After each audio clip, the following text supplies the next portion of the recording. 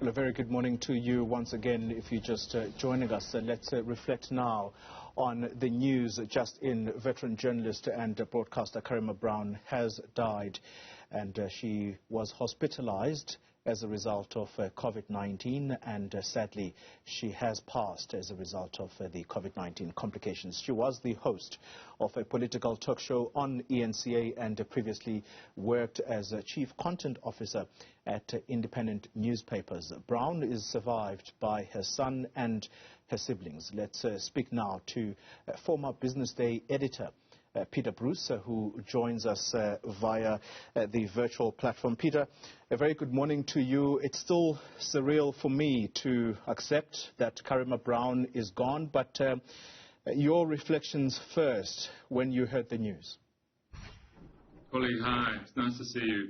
Yeah, look, what a sad day. You know, she really is a giant in our political journalism, and a friend to many of us. So it's not easy.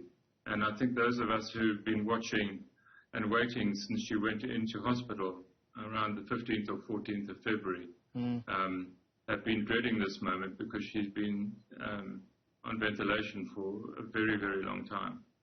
And so it's terribly sad. And I think the best thing to do now is just to celebrate her. Yeah. Not necessarily to lionize her. She was a political editor on Business Day when I was the editor. She applied for the job. I think she had been at the SABC, and there was no question when she in her interview about who was going to get the job, because she just knew so much more than any of us, you know. And the great question you wanted to answer by your political editor, and it still remains the great question, I think, in our journalism, is what on earth is going on in the ANC? And sort of Karima kind of knew. Well, she knew better than most of us, certainly me. And, you know, she was a larger-than-life character, full of fire and fight, impossible and irreplaceable at the same time. And she had, I know that she did, had a wonderful time at Business Day. She kept the newsroom laughing and alive and chatting, and she was great to work with. You know, and she wasn't, although she was, I think, a lifelong, or certainly by the time she joined Business Day, a communist. At least you knew that, you know, and that you could. She wasn't like a sort of a closet liberal or a closet Republican or whatever it might be. She was out there, and that was fine. And you know, to the extent that she got stories that other people didn't or couldn't get, you could factor that all into your editing of her. And she was happy to be edited, happy to be curated, as it were. You know, let's move this opinion a little over there and take this out there. And she never, ever complained about editing, which a lot of prima donnas do in newspapers, and I'm sure on television as well. And all she wanted was to be involved and be working and be in politics. Peter, she could call up any time of the day, and she'd be there. Peter, the words perhaps that people like me would want to use when I think of Karima Brown, just brave, fearless, and wanting to take the bull by the horns. I remember the story that I think has stayed with me as a young journalist many, many moons ago, in the lead up to the ultimate removal or recall of the former President Thabo Mbeki. She was still with the Business Day at that time. That was the only newspaper that called it that Mbeki had been recalled by the ANC. And I just could not think to myself what was going to happen if indeed you guys were wrong. You were still editor at the time. And that's what I mean when I talk about fearlessness, her fearlessness in the journalism trade. Dolly, the story behind that story, she did it in the Weekender, if you remember. And she did it, I was asleep. And she did it on her own. I mean, she got the last remnants of production staff at the Weekender just in time. Said, hold on, don't, you know, let's do a special edition. And she got hold of the deputy editor, who, thank goodness, went along with it. And I think they were out on the streets that morning giving copies of the paper away. Yeah. People in their cars, It was a huge story. Can I tell you, Peter? Can I tell you? I had knots in my stomach because I think it was a Sunday that Gwede Mantashe was going to announce the decision of the ANC, and I was just thinking, what if the business day is wrong? Yeah. Well, Karima used to write stories that made me feel like that 3 or 4 times a week. And, her hit rate was 99.9%. Yeah. She was incredibly well informed, and she was the first person when my house was. There was a protest outside my house in Joburg a few years ago by the BLF. Yeah. And the first person to pitch up and just tear into them was one bloody Karima Brown, out of nowhere. She absolutely screamed at them. And they tried to push her around, and she just pushed back. She invited them to come on at her. She was a fighter, bar none.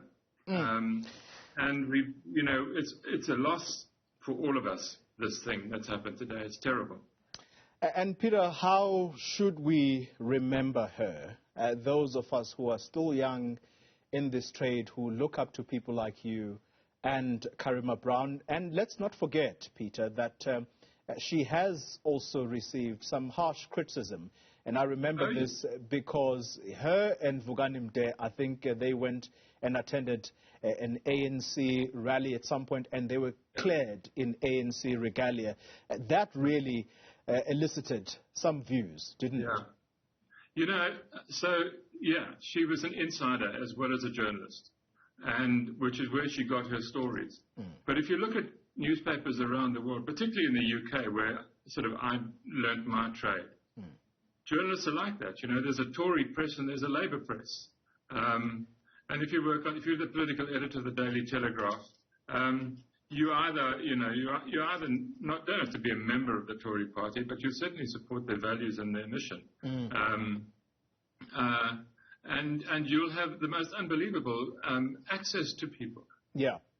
She had what she had in the ANC, and I don't know whether she abused it or not. I don't know. My measurement was we were getting stories. Were they correct? And were they important? And almost as I say, 99.9% of the time, the answer was yes, we were, and nobody was contradicting them. They weren't wrong. They were great stories, and people were following them up. Peter, as we close, I want to reflect on a personal story now. And at the time, very, very young, and of course impressionable, coming into this field, there I was, headhunted to go and be a spokesperson for the Premier of the Gauteng province at the time, Nomvula Mokonyane. And Karima came to me very angry, and she says, I hope you know what you're doing, because I have said to you a number of times, you've got to milk, you've still got to grow, but I can see you are impatient, so go. But let's see where it gets you. And needless to say, that I knew 3 months into the job that I didn't belong there. So I'm back at what I think I do best. Again, I ask you for your advice for young journalists. Well, I think, listen to people who've been around the track. Listen to old pros. We're too fond of thinking of journalism as a profession. It's not a profession. You don't have to get a qualification to be good at this. It's a trade. We are plumbers and we are, electricians. And you get it by practicing. You're good because you practice, because you do it over and over again. That's how we get good. And younger people, don't know that. They think they're qualified to be journalists or have great degrees in that, and it's not. It's all about experience, and if you listen to people, if you're prepared to listen to people about how they go about things, how they survived, like she did, you'll learn something, just like you learned something. Look at you now. Yeah. Peter, thank you so much, and sincerest condolences, and I think industry colleagues all over the country, I think we're all in mourning today. Yeah.